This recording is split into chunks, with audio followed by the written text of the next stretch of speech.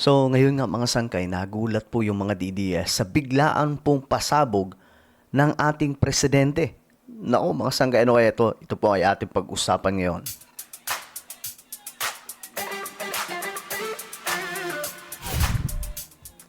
Hello, what's up guys? This is me. We are back dito sa ating YouTube channel. At ito nga po mga sangkay, pag-uusapan natin ngayon, itong patungkol po sa matinding isiniwalat ng ating presidente. Buong Pilipinas nagulat, no? Maging siguro yung kabilang kampo, mga sangkay, gulat na gulat po sa ginawa. Biglaan pong pasabog ni presidente.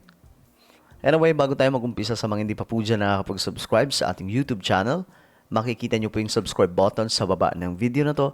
I-click nyo lamang po yung subscribe, i-click ang bell, at i-click nyo po yung all. Sa mga nanonood po sa Facebook, i-follow nyo po yung ating Facebook page. Okay, diretso po tayo mga sangkay. Ito nga po ang pasabog ng presidente natin. No, na laking gulat po ng mga DDS, mga sangkay. President Marcos nagpatawag ng special session sa Kongreso sa June 17. So, ayan na. Magkakaroon po ng special session. So, ang tanong, sino-sino ang pupunta dito? Both Both buong Kongreso to. Ibig sabihin, kasama po doon yung House of Representatives maging ang Senado. So, ang tanong dyan, pupunta ba si Cayetano, si Amy, si Robin, si Bongo, sino pa ba, mga sangkay? Lahat po ng mga nasa kabilang panig. Pupunta kaya sila, mga sangkay? Ayon po dito, nagpatawag sa President Bongbong Marcos ng special session sa Kongreso sa Miyerkules. So this coming Wednesday po ito, June 17, para sa pagsasabatas ng ilang nakabingbing panukala. So kini-question po ito ngayon mga sangkay ng mga nasa kabilang kampo kasi iniisip nila na mayroon pong pinaplano. Kasi, nagulat sila mga sangkay kasi special session po ito. Para daw po sa mga nakabinbing panukala o mga batas, mga sangkay na dapat na pong i-execute na. No? Dapat nang isabatas. Pero ang duda nila mga sangkay, mukhang mayroon daw pong pinaplano ang ating Pangulo. No? Ako mga sangkay, di ko inaalis yung ganung klaseng pwedeng mangyari mga sangkay. Kasi since presidente po siya, no? Pwedeng ganun, pwedeng magpatawag siya sa ikaayos ng lahat. Or depende sa kanya kung ano po ang possible na mangyari. No? Kasi ngayon, alam naman po natin na magulo po ang Kongreso.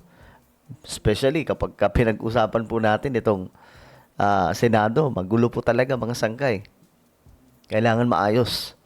Kabilang narito ang National Center for Geriatric Health. Amendments to the government assistance to students and teachers in private education.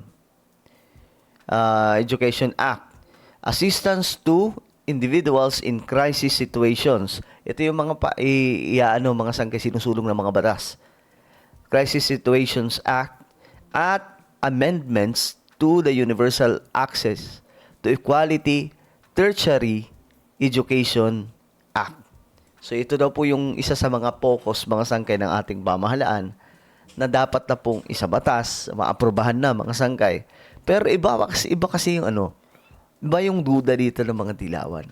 Hindi pala dilawan, ng mga DDS. Kasi, iniisip po nila talaga na mayroon pong pagdidikta na gagawin ng presidente natin. No? Sa mga senador, kukumpasan po sila na ibig sabihin, ito gawin nyo. Halimbawa, ilaglag nyo na si VP Sara, pwede daw gawin yun. Yan yung kanilang chismis.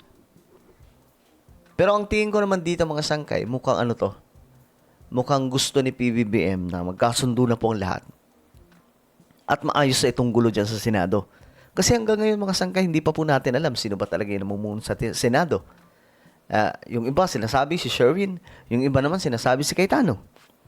No? At hindi po nagkakalayo yung bilang, no? Ng mga magkakasama, magkakampi.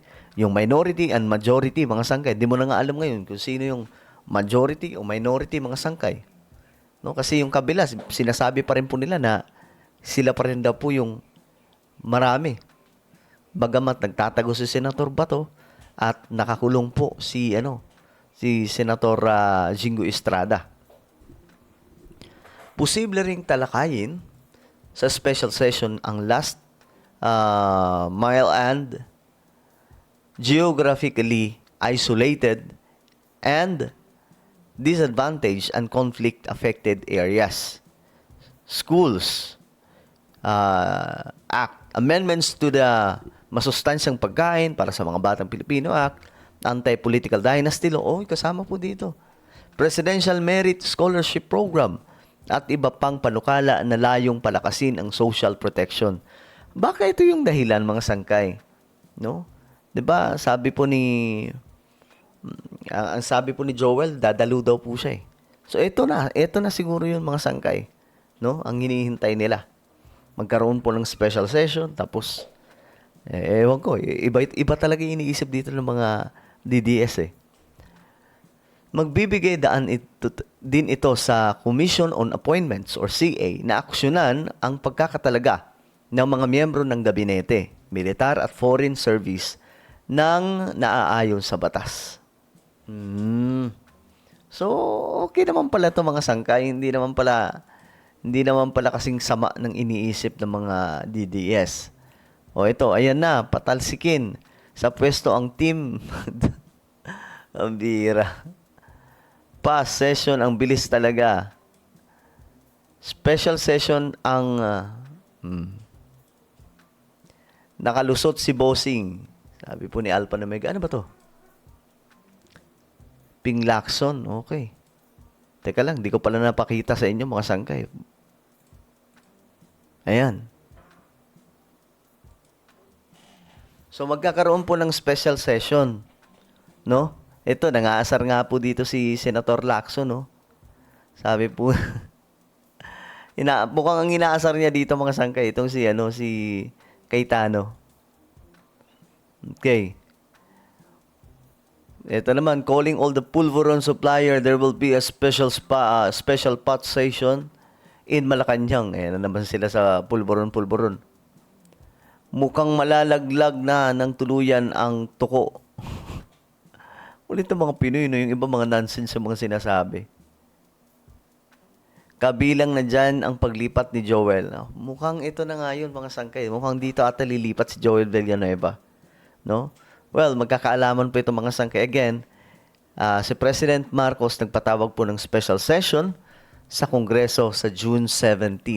So, tingnan natin kung ano po mga mangyayari. Anong inyong opinion? Comment down below. Meron tayong YouTube channel. Ito po ay Sangkay Revelation. Hanapin nyo po ito ngayon sa YouTube. Kapag nakita nyo na, i-click nyo po yung subscribe, i-click ang bell, at i-click nyo po yung all. Ako na po yung magpapaalam. Mag-iingat pong lahat. God bless everyone.